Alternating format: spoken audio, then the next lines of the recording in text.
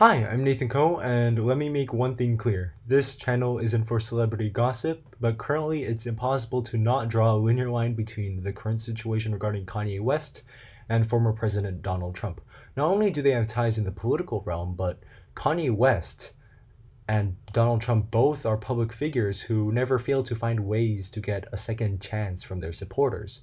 Now, if you haven't been in the loop with the celebrity gossip, essentially what has been happening is Kanye West has been kind of online harassing Kim Kardashian, who is his ex-wife and also has, I believe, custody to their kids. He's also sending threatening messages and posting private messages regarding them, and has also been creating some online beef between him and Pete Davidson and Kid Cudi. It's been very controversial, and some people have been seeing this as almost like a stalking behavior for over a year now. And yet, even after all of this, a lot of his supporters are still supporting him, even after this type of harassing behavior.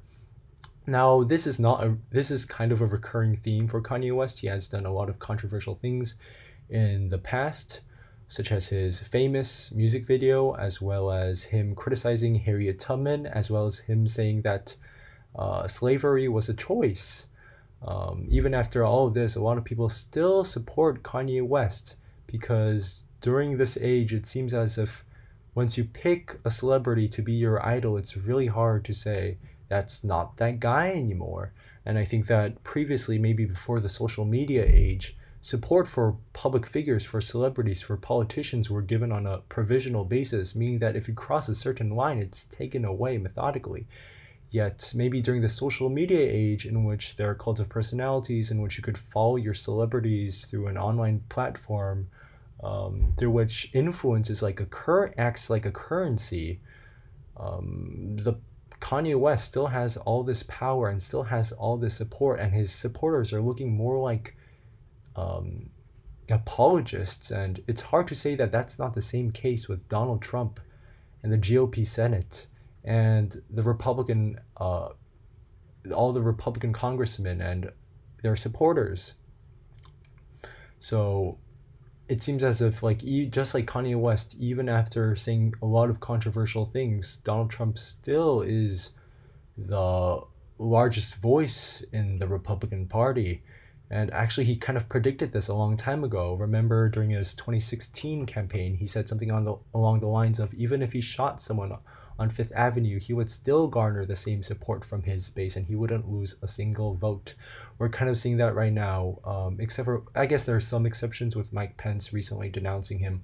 But a lot of Republicans still don't want to denounce the actions of President Donald Trump, almost becoming like this cult of personality with messianic modes of leadership, should I say.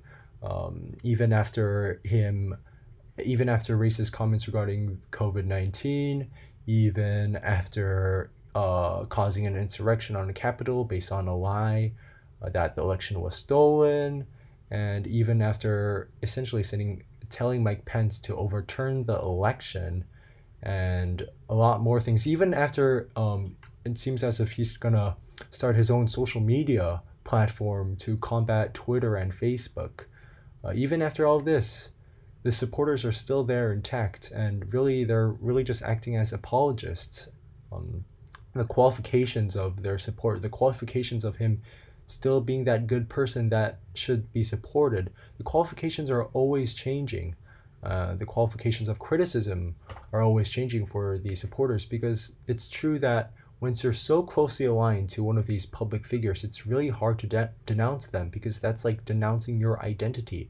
When you're so when supporting President Donald Trump is such a large part of your personality, and when enjoying Kanye West's music and his clothes and his influence on culture is such a big part of your identity, then when they cross the line, it's really hard to denounce them, because that's like denouncing yourself.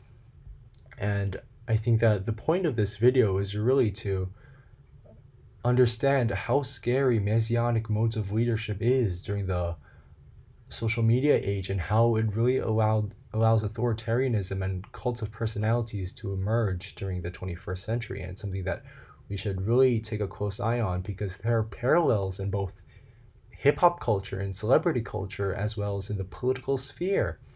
And maybe that's why Kanye West was such a big President Trump fan. Maybe that's why. Maybe the reason why Kanye West was such a big President Trump fan was that he understood that President Trump garnered all the support even after all the controversial things he said. And that's really what an artist wants to be. An artist really wants to break free, and an artist really wants to avoid societal norms, and an artist really wants to avoid the same rules that are placed on other artists. And that's really what President Trump did. He broke all the rules of politics. He said all the things that you weren't supposed to say.